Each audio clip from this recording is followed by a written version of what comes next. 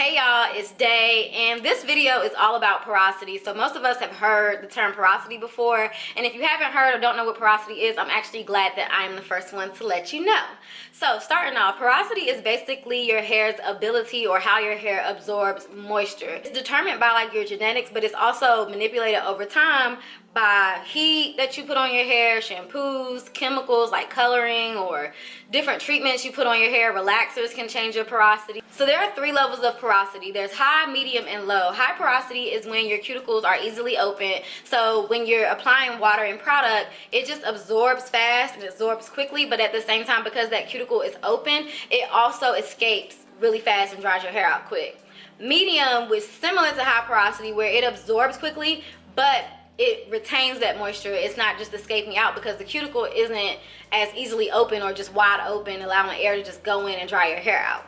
Then there's low porosity, which means your cuticles are tightly shut and water just kind of bounces off. It doesn't really absorb into your hair. But with low porosity, once you get that cuticle to open and product to absorb, moisture locks in. So low porous hair, even though it's hard to get the product to absorb, it actually retains moisture really well. So I'm sure your next question is like, well, which one am I? How do I figure this out? And there are like tests out here, like a float test, a slip and slide test, a sponge test. Then there's also like quizzes out here you can take, which ask you a bunch of questions about characteristics of your hair and will give you results.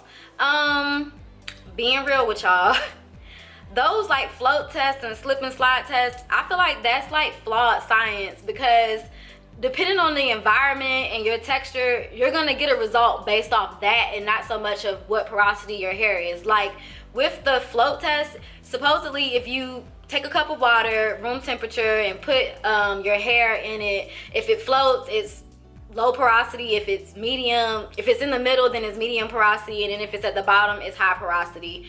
But room temperature water is basically cool water, and cool temperatures actually seal your cuticle. So most people's hair is gonna float whether it's low porosity or not, because your cuticle was shut because you're sitting it in cool water.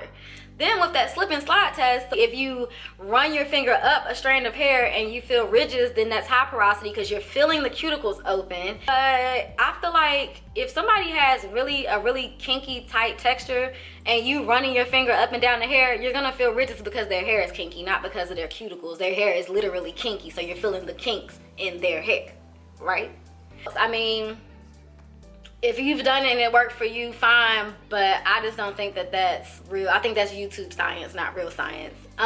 Then with the quizzes, Shea Moisture actually really does have a good quiz, and I will link the quiz in the description box. The only thing about the quiz is if you check the option that you apply heat to your hair often, or that you use chemicals and colors or whatever, it's automatically gonna say you're high porosity, but that's not the case because I have color and I'm not high porosity. So in my unprofessional opinion, you can determine your porosity based off just listening to the definitions. Like with high porosity, it literally says that water absorbs quickly into the cuticle and it escapes quickly because the cuticle is open.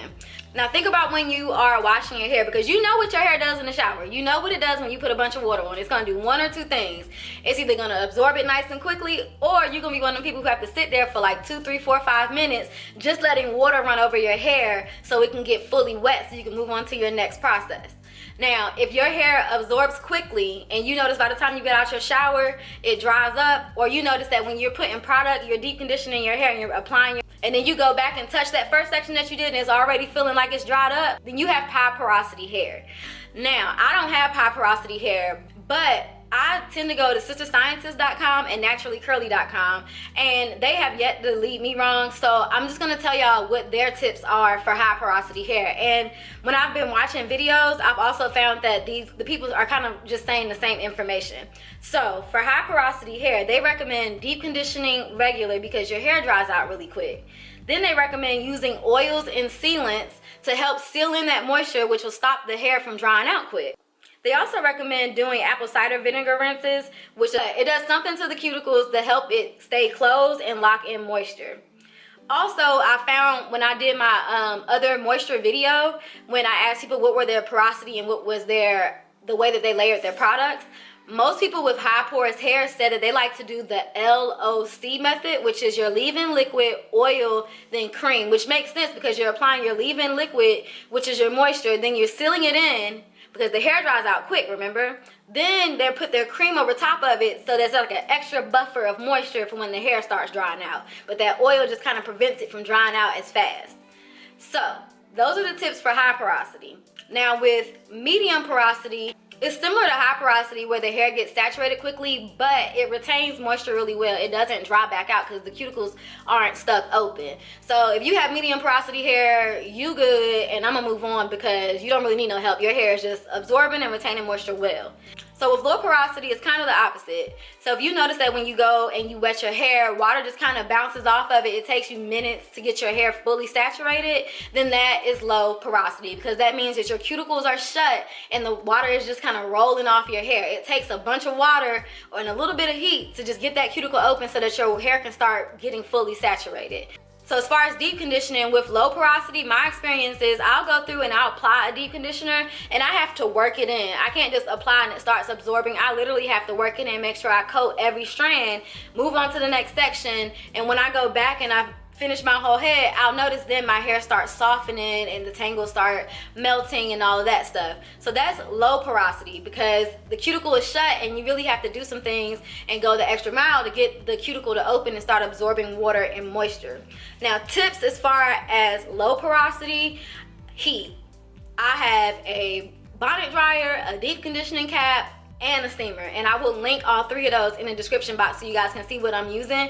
But when I deep condition, I'm putting one of those three on my head, because what heat does, like I said earlier, the cool temperature closes the cuticle, heat actually opens the cuticle, so you're letting the moisture just get inside of your hair. Also, I find that humectants really work well for my low porosity hair, and a humectant is basically ingredients that draw water and moisture. Like it's always trying to draw water and moisture towards your hair.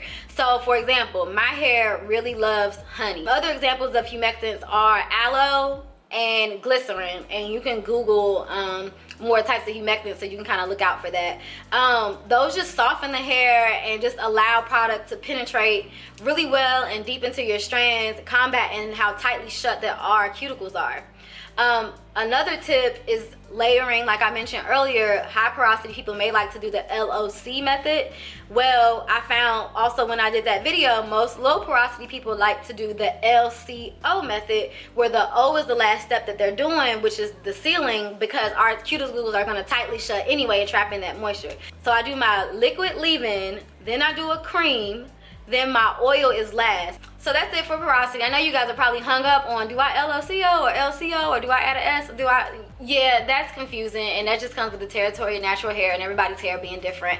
My advice for that is experiment and if you can keep mental notes, keep mental notes. If you have to write down how your hair felt. Say, my hair felt good for 14 hours and then it felt dry. Or my hair felt good for 2 days when I did this, then it felt dry. Or my hair felt good for 3 days when I did this. You really gotta just keep a good note. Then once you figure out how you're gonna layer your products, you'll be smooth sailing. And I do have a very detailed video on moisturizing natural hair and different ways to layer it, and the difference between moisturizing products and ingredients and sealants, and you don't want to confuse them, because if you put a sealant, just because it's an oil doesn't mean it's moisturizing. If you put a sealant on dry hair, you're sealing in dryness. So it's very important to know the difference between a moisturizing oil and product and a sealant oil and product. So click right here to check out that video.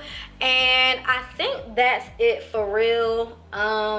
Wait, I want y'all to do me a favor. I want you guys to go to the comment section and drop your porosity and the way that you layer your products. That's gonna be good for new naturals who are looking for a starting place. So go ahead to the comment section, help out your fellow naturals, and let them know in what order you're applying your product. Now that's it for real. Thank you guys so much for watching, and don't forget to like and subscribe before you leave. Oh, and one more thing, you guys, because I know somebody's gonna ask, click right here to get the information on this hair details. I did a video haul on this wig. I just got it in a different color. So click right here to check out the wig haul and get the deets on this wig.